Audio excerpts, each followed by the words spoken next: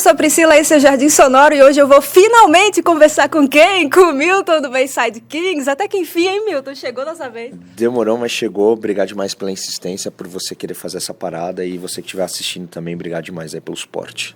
Até que enfim chegou o nosso momento.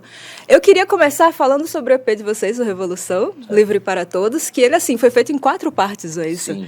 E aí, qual que foi a ideia? Porque vem desde 2022, se eu não me engano, ou até menos. Um pouco antes. E aí, como é que funcionou, assim? Vocês começaram a fazer e depois pensaram, vamos juntar tudo e fazer um EP, ou já era a ideia desde o início? Ele veio durante a pandemia e a gente tinha essa preocupação de mudar do inglês para o português. E durante a pandemia a gente não sabia quando ia terminar e a gente tinha um álbum pronto na mão, quase todo, na verdade. E aí a gente teve a ideia de fragmentar o álbum em 4 partes, que a gente conseguisse contar essa história e também se adaptar às práticas do mercado, que hoje em dia trabalha assim, muitos singles. E como era um movimento muito forte, que é do inglês para o português, a gente tinha medo do que iria acontecer com a galera. Então a gente falou, vamos fragmentar essa parada em EPs, vamos pegar o álbum tem 19 músicas, dividir ele em 4 EPs de 4, ainda tem sobras pra gente soltar. Caramba. E com isso a gente contar uma história e poder também sentir o que a galera tá achando do Bayside Kings em português. E o primeiro saiu em 2021, estamos em 2025, e foi o maior acerto que a gente fez como banda. E se a gente soubesse que ia ser tão bom quanto foi, a gente nunca teria feito música em inglês, mas é um processo de amadurecimento.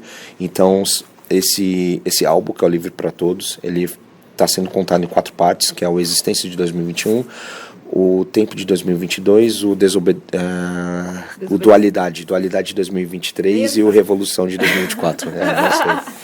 E aí você comentou algo interessante sobre isso da mudança, né, do inglês para o português. Sim. Como é que você sentiu o impacto assim do público quando vocês resolveram fazer essa transição? Cara, foi muito bom porque a gente se questionava. A gente é uma banda que viaja o Brasil todo e às vezes faz umas tours fora, e a gente percebeu que a comunicação é muito importante. E para a gente poder abrir diálogo. E viajando no Brasil eu percebi que, quase ninguém tem uma segunda língua, quase ninguém fala inglês, o ensino no Brasil já tem suas limitações, então era uma barreira muito grande, mesmo que arte é subjetivo, você entende do jeito que você quiser e tal, e assim vai, mas a gente se preocupa muito com o diálogo, e aí a gente percebeu que estava na hora da gente melhorar a frequência e tornar isso livre para todo mundo, que fosse mais acessível. E aí o português ele vem com esse objetivo, que é de melhorar a comunicação e ao mesmo tempo ele trouxe bastante gente para perto da banda, que era uma galera que talvez antes tinha ou não conhecia a banda ou falava, é inglês, não sei o que, e realmente tinha uma resistência. E agora tem gente que vai no show e no segundo refrão já tá cantando a música, tá ligado? Sobre isso que você comentou, assim, a gente viaja o Brasil todo e a gente tem uma noção de como as pessoas recebem. É interessante também perceber como que funciona a cena de cada lugar, né? Que, assim, você é muito relacionado à cena aqui de São Paulo, óbvio, né? Especialmente de Santos, sim, mas tem uma noção, assim, do geral, né? Para ver o que está acontecendo. E vocês tocam com muitos artistas de outros estilos, assim, mais pro crossover, né? Então, não só de HC. E aí, é uma coisa muito de agora, né? Se você pegar a galera dos anos 80, dos punks, assim, a galera não se misturava. Mas você também já tocou com Inocentes, né? Com um pessoal mais antigo. E aí, como é que você vê essa relação, assim, dessa mistura que a gente vê hoje? Eu acho muito importante misturar, porque eu acredito que nenhum segmento tem força suficiente para se fechar numa bolha e viver isso daí. E sem contar que quanto mais, eu sou sempre a favor de misturar tudo. Quanto mais a gente misturar, mais vem novas ideias, mais vem novas práticas de como eu consigo trazer frescor nas coisas que eu faço, e isso é o que ajudou bastante ao longo dos anos do Bayside Kings, que pra gente conseguir se renovar. Então, assim, eu sou totalmente a favor de misturar. A gente tá, nesse exato momento, a gente tá compondo um novo álbum que é muito sobre isso. A gente tá querendo trazer novos elementos para continuar sendo o mesmo DNA do Bayside Kings, selvagem e do jeito que é, só que com novas roupagens E muito vem disso, da estrada, da gente conhecer novas pessoas, outros lugares, outras culturas, outras formas de se fazer arte, e a gente traz tudo isso pro som. Então, quanto mais a gente mistura, mais a gente consegue fazer coisas que antes eram impossível. Por exemplo, semana passada a gente tocou no Porão do Rock, foi a primeira vez, é um festival... Brasília, né? Brasília.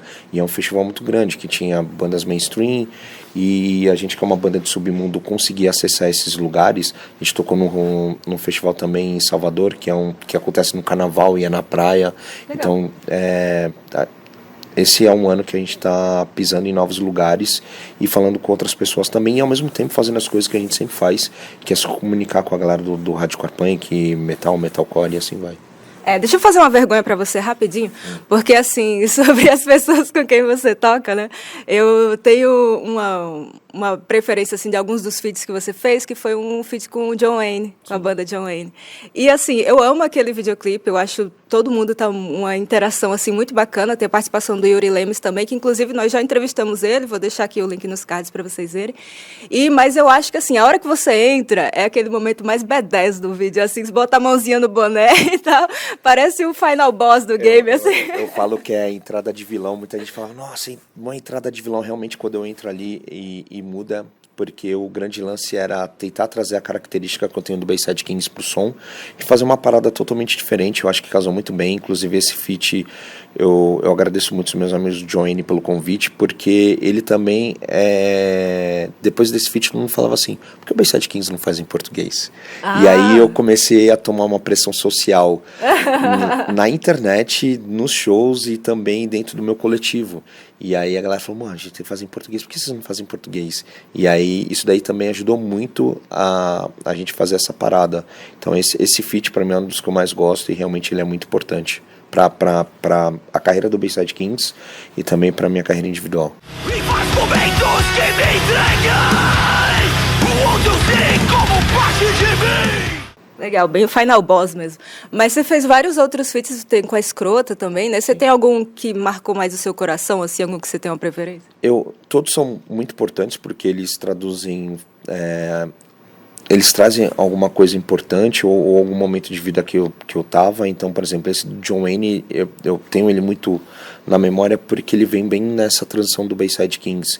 O da Escrota também é muito importante porque coloca a gente em conexão e essa conexão é o que traduz a forma como a gente trabalha hoje. Então, a mesma pessoa que trabalha com a Escrota, trabalha com Bayside Kings, trabalha com Surra, por causa dessa conexão que a gente começou fazendo. Então, cada feat tem a sua importância. Bacana. Eu queria falar um pouquinho sobre os shows do Bayside Kings também, que são excepcionais, é uma experiência única. E assim, quando você vai num show do Bayside, você vai preparado para apanhar, né? Não vá com o coração fechado, porque você vai apanhar. Então, assim, só que tem uma interação bem bacana que vocês fazem de vez em quando, que é com as boias, né, com os macarrões e tal. Como é que surgiu essa ideia e o que você já viu acontecer de mais curioso nesses shows? Cara, a gente é uma banda de praia, então a gente pensou assim, por que não levar elementos de praia para os shows? Porque isso também traz uma característica muito forte da gente quebrar o modo de como os shows são vistos. Então, tudo é muito pensado.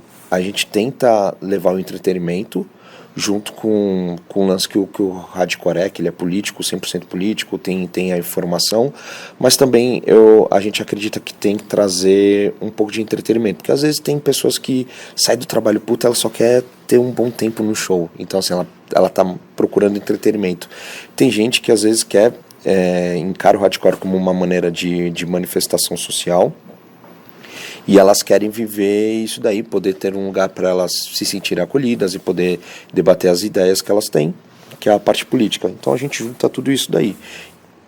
E isso acaba tornando uma característica nossa, uma banda de praia que leva elementos de praia para os shows. E tudo é muito pensado no nosso show hoje em dia. Então antes da gente tocar, a gente coloca uma trilha totalmente diferente.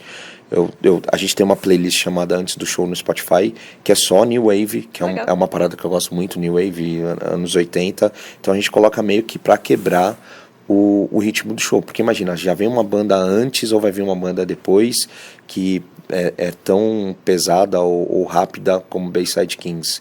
E às vezes fica muito maçante você ouvir a mesma coisa durante muito tempo. Sim. Então a gente coloca isso como para baixar o ambiente, mudar a frequência para quando ouvir um Bayside Kings ser a porrada que é sonora. E aí, assim, você comentou sobre isso das mensagens políticas e tal, mas ao mesmo tempo vocês falam muito também sobre autoconhecimento, né, sobre autoconfiança, essas coisas assim. Você consegue identificar qual que é a preferência do público, assim, quais as músicas que a galera se identifica mais?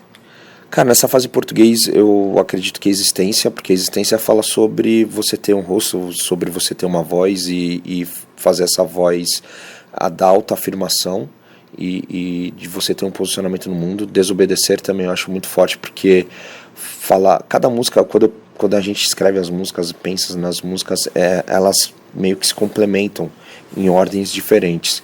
E aí desobedecer também eu acho muito forte pelo lance de contestação das coisas que acontecem ao seu redor, que você não precisa seguir a manada, mas você pode se organizar a ponto de você começar a mudar até onde a sua mão alcança. Cara, é difícil, que essas são as minhas duas músicas favoritas. E tem as músicas em inglês, que às vezes a gente ainda toca, que a galera também pede, mais Way, Underdogs, porque traz o lance de pertencimento e de coletividade. Tanto que de Underdogs é muito legal, porque quando começa o show a galera tá latindo. Porque tipo, Underdogs, pra quem não sabe, é vira-lata em inglês. E aí meio que a galera já começa latindo, eu já sei que o show vai ser pedrada. Bacana. A gente tá quase finalizando aqui, mas por último eu queria perguntar para você sobre o selo Repetente Records, que vocês estão inclusos nele agora. E como é que foi a experiência para vocês de entrar no selo, assim, você consegue ver um antes e depois, assim, mudou muita coisa? Cara, a Repetente, ela vem num lance, ela ainda não é, igual a gente estava conversando esses dias, ela ainda ela é formada pelo Rick, pelo Badawi do CPM 22, pelo Fio também, que é do CPM 22, e a missão deles é meio que ser uma distribuição digital e poder ajudar bandas que estão no começo de carreiras ou bandas que já têm uma estrada assim como a gente, o Escombro, e eles ajudam no lance de posicionamento, de marca, de poder ajudar junto com a Dito. E pra gente somou muito nesse lance do contato, do aprendizado, porque, querendo ou não, o CPM 22 foi uma das primeiras bandas que eu ouvi quando moleque, dentro do segmento de punk rock e hardcore, assim. E pra mim é muito foda estar perto das pessoas que constituíram o meu DNA e hoje eu poder chamar elas de amigos, como, sei lá, o Badawi ou o Rodrigo Deadfish, e isso me acrescenta muito nas paradas que eu faço. Então a Repetente, ela vem bem nesse lance, é um aprendizado, porque eu também, como eu trabalho com música, diversos artistas e produtoras, eu também consigo ter essa troca de poder ajudar tanto a galera do selo ou as bandas que fazem parte do selo, também às vezes de se posicionar melhor no digital, seja em rede social ou Spotify. Então tem sido uma troca legal de via dupla, no qual a gente está construindo tudo isso que vocês conseguem ver do Bayside Kings até agora. Legal. Infelizmente, eu queria... Infelizmente, a gente não tem mais tanto tempo para conversar. O Milton chegou aqui contando a história da vida dele. Eu queria perguntar um monte de coisa sobre a vida dele, mas infelizmente a gente não tem mais tempo. Milton, eu queria agradecer você por tudo. Queria agradecer o pessoal do Minhoca também, que cedeu espaço para a gente fazer essa gravação aqui hoje. O Pedro, que veio gravar comigo também aqui hoje. Milton, muito obrigada pelo seu tempo, pela sua disponibilidade. E boa sorte para você. Obrigado você, Priscila. Obrigado você que está vendo essa parada aqui no Jardim Sonoro. Então não se esqueça de seguir, comentar, compartilhar essas paradas todas que fazem uma diferença danada. Obrigado pelo seu suporte de sempre. E sempre quando sai alguma coisa do Bayside Kings, meu amigo Tedesco tá mandando para você. Valeu, Tedesco, eu tô aqui, ó. Obrigado. Valeu, demais, Tedesco. Hein? E obrigado pelo espaço, obrigado pelas perguntas, por se importar com essa parada e não esquecer da gente. E fico feliz que essa parada tenha rolado. E valeu também aí, mano, você que tá gravando essa parada aí atrás e você que tá vendo isso daí também. Siga a gente sonoro, siga o Bayside Kings, Repetente Records, tamo junto. Não esquece de curtir, compartilhar esse vídeo e se inscrever aqui no canal. A gente se vê depois, até lá. Tamo junto, valeu.